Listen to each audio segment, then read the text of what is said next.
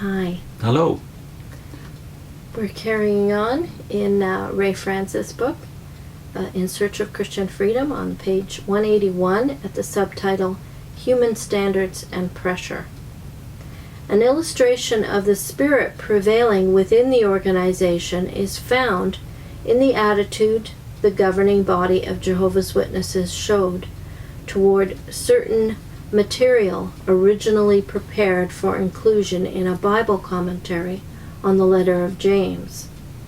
The commentary had been written principally by Edward Dunlap, formerly the registrar of the Watchtower's missionary school called Gilead, and a major contributor to its Bible dictionary, Aid to Bible Understanding, now entitled Insight on the Scriptures.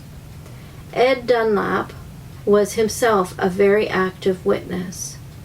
During the last 5 or 6 years of my residing at the Watchtower's Brooklyn headquarters complex of buildings, I lived in rooms near his, and every Sunday morning, virtually without exception, Ed and his wife could be seen heading out to the subway station to go to the Canarsie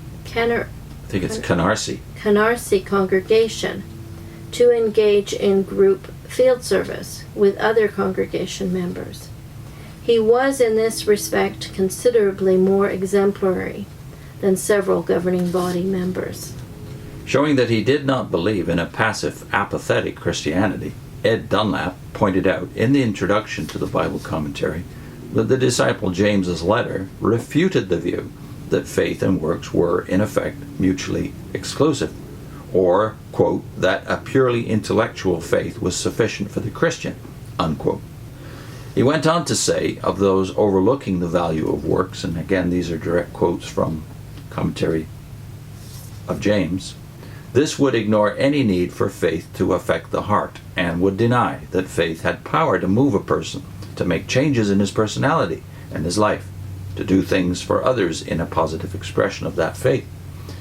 They were, if they maintained this idea, becoming like those of whom Paul speaks as having a form of godly devotion, but proving false to its power. Here the book quotes 2 Timothy 3:5. And then Ed Dunlap goes on, James was not in any way saying that works of themselves can bring salvation.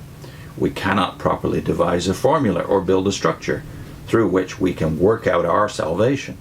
The faith must be there first.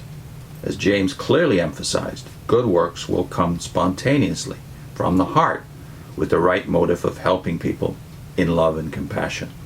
Jesus' life is an illustration of this.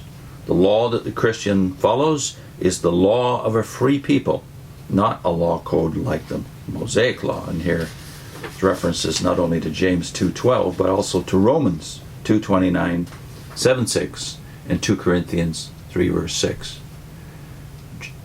Ed Dunlap goes on, it is the divine law that is written on the Christian's heart.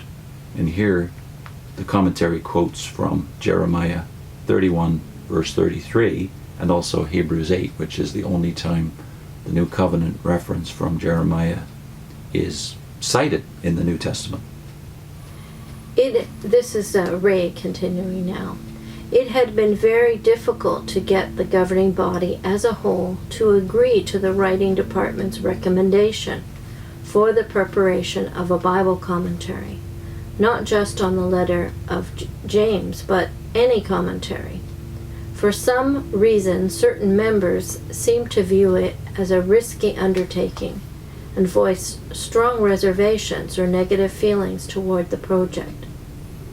Though eventually approved, published, and included in the study program of the organization for a period, this commentary, the only actual Bible commentary the organization ever produced, has since been allowed to go out of print. Something that helps explain why is a decision made with reference to the book in one of the governing body's sessions. In the paragraph that follows the points quoted earlier, the book as originally written went on to state, quote, As James shows, no Christian should judge his brother or set up human standards that he must follow, though he may encourage a brother and incite him to fine works, and he may even reprove his brother where there is definite scriptural reason and scriptural proof for what he says.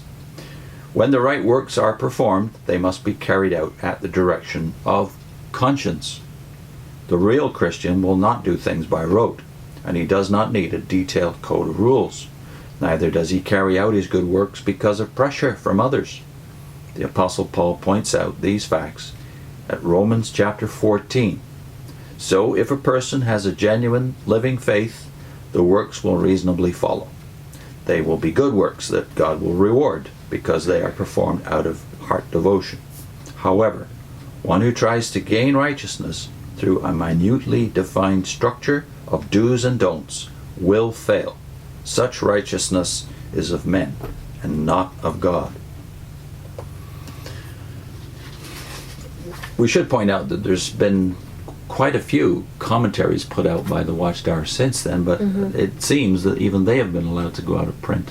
Yeah. But this one barely made a dent, I recall, back in the 70s. We did look at it, the commentary on James, we did look at it, and I think we studied it. But it was a revised version of what we just read. And so in the next segment, we'll go into the contrast made. between the original Ed Dunlap version and the revision that was the only one we ever saw when we were active Jehovah's Witnesses.